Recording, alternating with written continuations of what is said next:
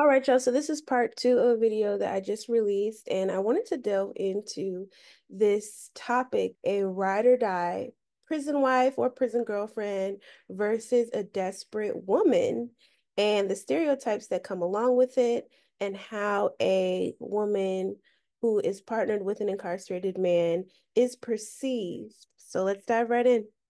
I get the normal stereotypes. He's using you for the money.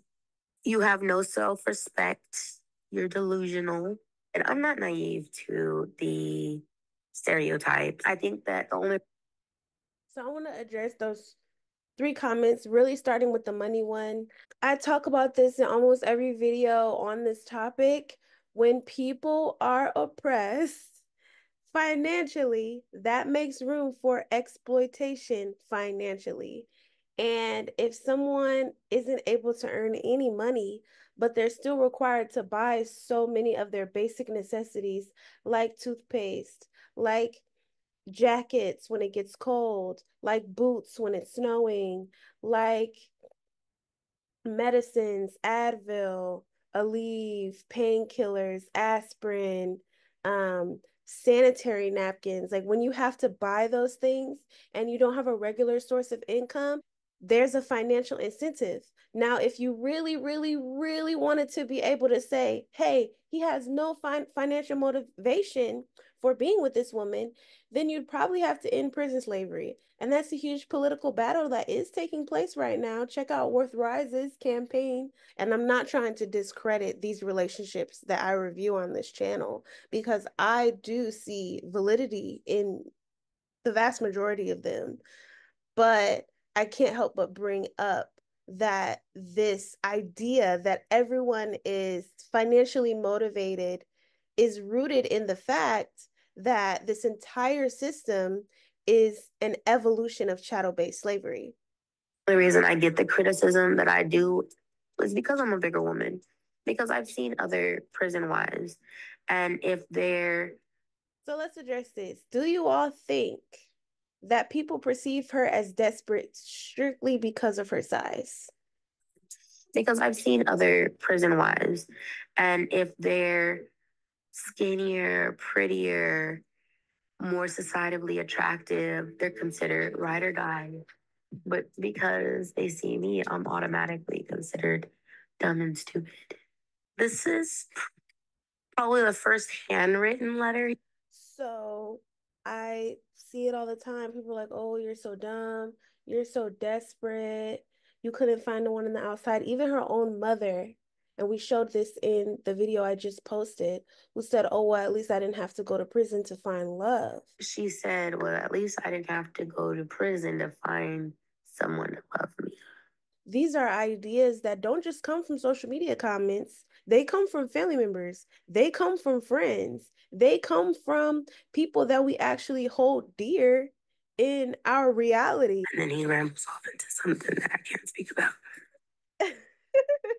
They have all the qualities when it comes to mental and emotional fortitude that most men walking around out here that are overwhelmed with work and unwilling to prioritize their emotional health, those men ain't got it. And so I really don't blame women for pivoting, for shifting their focus from the free world pool to the captive world, the carceral world, where people are working on those traumas. They are taking the time, they are patient, they are emotionally secure. Some of them. We can't make general statements on either pond. But can you really blame a lady for pivoting and deciding to go into a space where she feels valued, where she feels loved emotionally, mentally, just because she doesn't have the physical aspect all the time? Women don't need that. Our relationship dynamic is dom sub. That confused me. Is she the dom because she has to put all the action into showing up and she has the financial purse strings, and he the sub because he waits on her? Or is he the dom because he's like calling and dictating the shots of when he wants things to be done, and then she responds.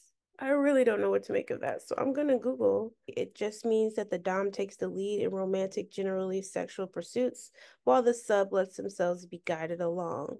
It is a mutual agreement. Okay. I just wanted to touch on this point that she made in the video that I wasn't able to fit in my last. What do you all think? On this side, ride or dies.